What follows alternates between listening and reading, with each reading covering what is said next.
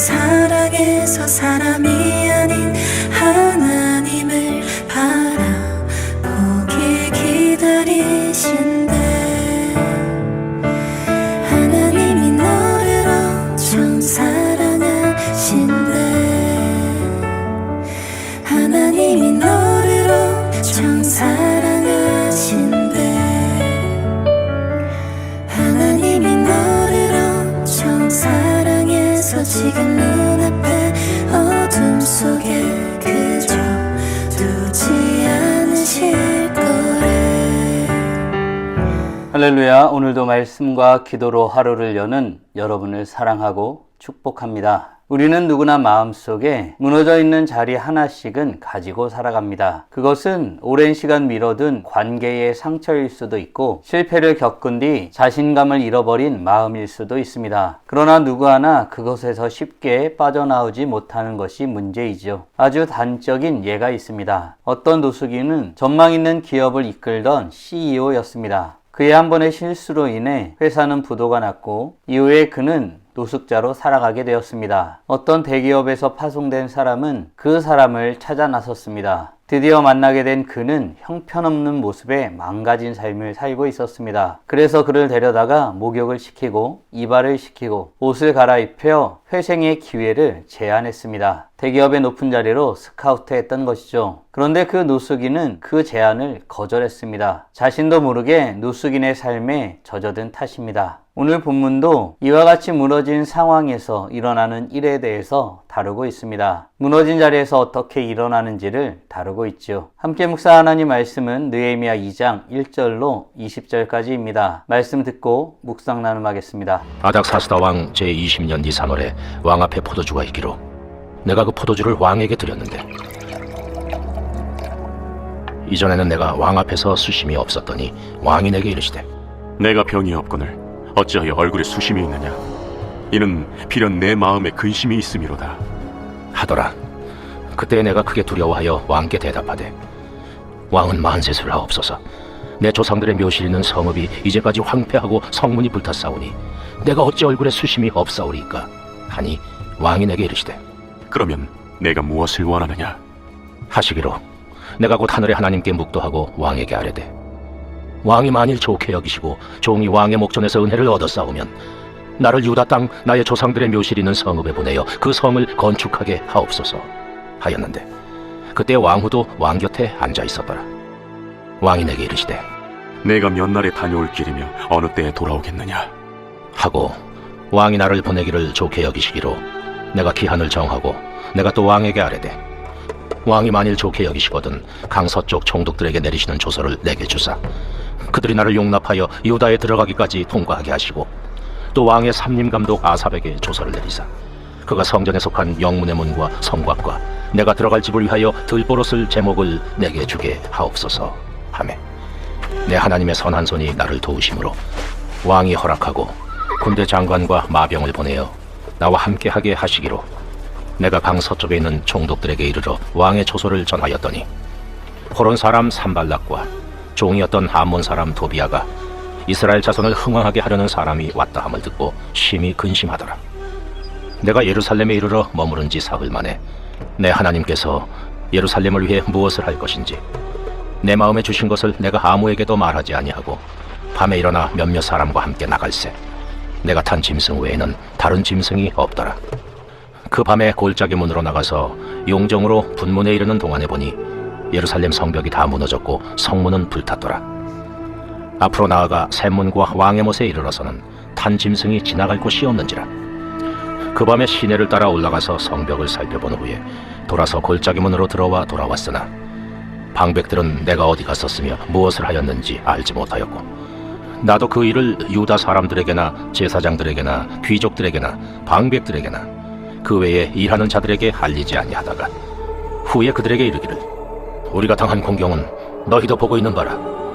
예루살렘이 황폐하고 성문이 불탔으니 자 예루살렘 성을 건축하여 다시 수치를 당하지 말자 하고 또 그들에게 하나님의 선한 손이 나를 도우신 일과 왕이 내게 이른 말씀을 전하였더니 그들의 말이 일어나 건축하자 하고 모두 힘을 내어 이 선한 일을 하려 하매 호론 사람 산발락과 종이었던 암몬 사람 도비아와 아라비아 사람 게셈이 이 말을 듣고 우리를 업신여기고 우리를 비웃어 이르되 너희가 하는 일이 무엇이냐? 너희가 왕을 배반하고자 하느냐? 하기로 내가 그들에게 대답하여 이르되 하늘의 하나님이 우리를 형통하게 하시리니 그의 종들인 우리가 일어나 건축하려니와 오직 너희에게는 예루살렘에서 아무 기업도 없고 권리도 없고 기억되는 바도 없다 하였느니라.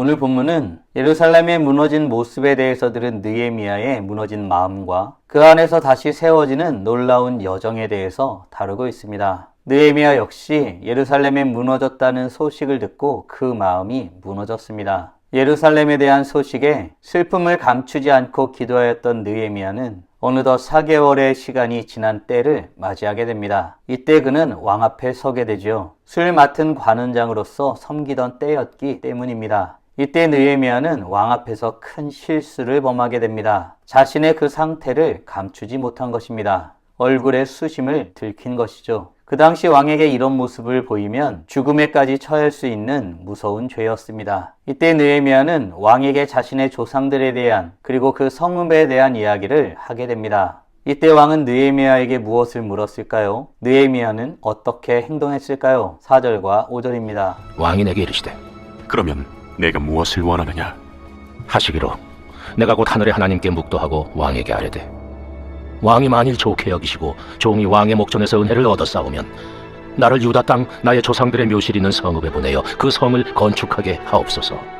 아멘. 왕은 느헤미야에게 원하는 것이 무엇인지를 물었습니다. 이에 느헤미야는 그 물음에 대답하기 전에 하나님께 묵도하였다고 성경은 말하고 있습니다. 이 얼마나 놀라운 행동입니까? 바로 그 순간 회복의 여정이 시작되는 것입니다. 회복은 언제나 기도로부터 시작되죠. 생각을 바꾸기 전에, 몸이 움직이기 전에 먼저 하나님께 드리는 기도가 그 여정을 열게 됩니다. 기도는 단순한 종교적 행위가 아닙니다. 하나님과 친밀하게 살아가는 방식이죠. 그리고 그 기도는 회복이 시작되는 자리가 됩니다. 사랑하는 성도 여러분, 우리는 모든 순간에 먼저 하나님께 기도하며 나아가고 있나요? 느헤미야는 왕에게 대답을 하기 전에 먼저 하나님께 마음을 여는 기도를 하였습니다. 그 기도는 하나님의 뜻을 물었을 뿐더러 왕의 마음을 열었고 예루살렘 회복의 길을 여는 첫 발걸음이 되었습니다. 바라기는 모든 순간에 하나님께 묵도로 나아감으로 주님과 친밀히 살아가는 복된 하나님의 자녀들 되길 간절히 소원합니다. 왕은 느헤미야의 답을 좋게 여겼다고 말합니다. 느헤미야의 요청에 왕은 하나하나 허락하였습니다. 이렇게 순탄하게 시작된 여정은 느헤미야를 안전하게 예루살렘에 도착하게 하였고 느헤미야는 예루살렘에 머물게 됩니다. 도착하여 머문 지 사흘 만에 느헤미야는 무엇을 확인하게 되었을까요? 12절과 13절입니다. 내 하나님께서 예루살렘을 위해 무엇을 할 것인지 내 마음에 주신 것을 내가 아무에게도 말하지 아니하고 밤에 일어나 몇몇 사람과 함께 나갈새 내가 탄 짐승 외에는 다른 짐승이 없더라.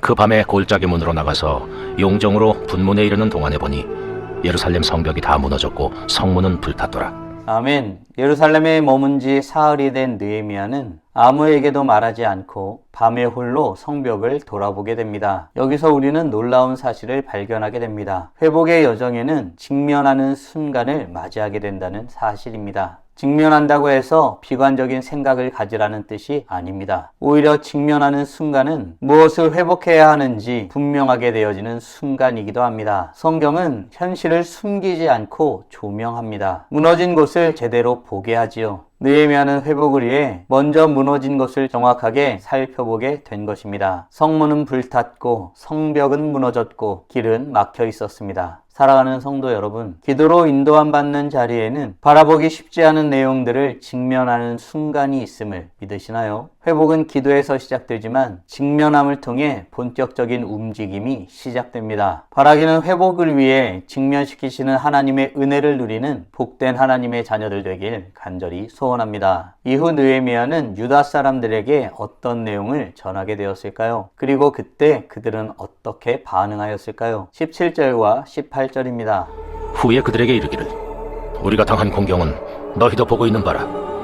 예루살렘이 황폐하고 성문이 불탔으니 자 예루살렘 성을 건축하여 다시 수치를 당하지 말자 하고 또 그들에게 하나님의 선한 손이 나를 도우신 일과 왕이 내게 이른 말씀을 전하였더니 그들의 말이 일어나 건축하자! 하고 모두 힘을 내어 이 선한 일을 하려 하매 아멘. 느헤미야는 먼저 유다 백성들에게 직면하였던 현실의 문제에 대해서 이야기하였습니다. 뿐만 아니라 느헤미야는 하나님의 선하신 도우심의 손길에 대해서도 이야기하였죠. 이 이야기는 결국 공동체를 일으켰습니다. 그들의 결단을 불러일으켰고 흩어진 사람들의 마음을 하나로 모았습니다. 하나님은 한 사람의 기도를 통해 여러 사람을 일으키는 회복의 역사를 일으키심을 보게 됩니다. 기도가 문을 열고 직면함으로 인하여 현실이 드러날 때, 그리고 공동체가 함께 그것을 감당해 나갈 때 진정한 회복이 이루어지는 것입니다. 우리에게도 기도의 역사하심, 그리고 회복의 은혜가 넘치길 간절히 소원합니다. 사랑하는 성도 여러분, 오늘 우리는 예루살렘의 무너진 모습에 대해서 들은 느헤미야의 무너진 마음과 그 안에서 다시 세워지는 놀라운 인도하심의 여정에 대해서 묵상하였습니다. 다음 질문들을 통해 말씀을 정리하고 더 깊게 묵상해 보길 원합니다. 우리는 모든 순간에 하나님의 뜻을 묻고 하나님의 인도하심을 구하는 기도의 시간을 갖고 있나요? 아울러 하나님은 우리를 회복시키시기 위해 우리의 문제를 제대로 보게 하심을 믿으시나요? 주께서 회복시키시는 과정의 삶을 살아가기 위해 지금 당장 할 수 있는 일은 무엇이 있을까요? 묵상하신 대로 주님 앞에 나아가 찬란하게 빛나길 간절히 소원합니다. 다 함께 기도하겠습니다. 살아계신 하나님 감사합니다. 오늘도 우리에게 복된 날을 허락하여 주시고 주의 말씀으로 하나님이 어떤 분이신지, 하나님이 무엇을 원하시는지, 우리가 어떤 존재이고 무엇을 해야 되는지 깨닫고 고백하게 하심에 감사드립니다. 우리의 마음이 무너져 있을 때 우리를 회복하시는 분도 여호와 하나님이심을 보게 됩니다. 눈물로 주님 앞에 나아갈 그때에 주님께서 새로운 일들을 준비하시고 그 놀라운 일들을 행하시며 선한 길로 인도하시는 그 놀라운 은혜를 말씀을 통해서 확인하게 되었습니다. 기도는 종교 행위가 아니고 살아계신 하나님을 인정하는 것이고 살아서 역사하시는 하나님 앞에 간구하며 서는 시간이오니 먼저 주님을 인정하며 살아가는 우리 모두가 되게 하여 주시옵소서. 우리는 우리의 문제를 보기 싫어하고 대충 덮어두고 그냥 시간이 흘러가는 대로 살아가길 좋아하는 자들이지만 주님은 그것을 보게 하시고 그것을 새롭게 회복시키시는 분이심을 말씀을 통해서 확인하게 됩니다. 주님의 인도하시는 그 놀라운 은혜 가운데 서는 우리 모두가 되게 하여 주시옵소서. 이로써 찬란하게 빛나는 우리 모두가 되게 하여 주시고 오늘도 주님과 함께 살고 이웃과 함께 살아 우리의 삶을 통하여 영광 돌리게 하여 주시옵소서. 이 모든 말씀 우리 주 예수 그리스도의 이름으로 기도드리옵나이다. 아멘.